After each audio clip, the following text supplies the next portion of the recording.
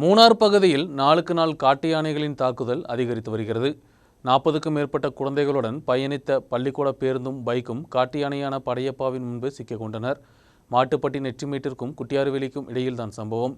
யானையை கண்டு பயந்தவர்கள் சிறிது நேரம் கடந்த பின்னரே இந்த பகுதியிலிருந்து சென்றனர்.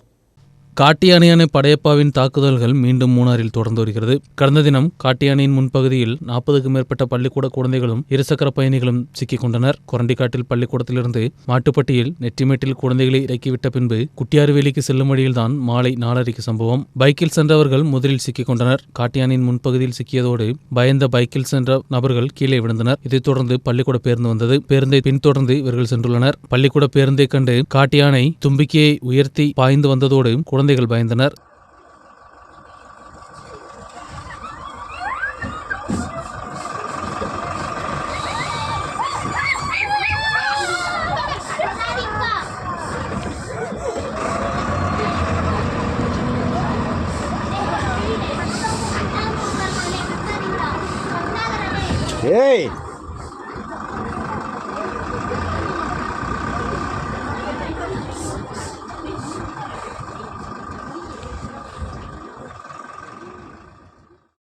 சில நிமிடங்கள் இந்த பகுதியில் நின்ற பின்பு படையப்பா காட்டுக்குள் சென்றது. மூணாரில் மக்கள் வசிக்கும் பகுதிகளில் நிரந்தரமாக சுற்றித் திரியும் காட்டு யானைகள் மக்களின் உயிருக்கும் சொத்துக்கும் ஆபத்தாக மாறியுள்ளன. இதற்கு தீர்வுக்கான நடவடிக்கை எடுக்கப்படும் என்று கூறி வரும்போதும் இதுவரை நிரந்தர தீர்வுக்கான வனத்துறைக்கு முடியாதது பொதுமக்களுக்கிடையே பீதி ஏற்படுத்தியுள்ளது.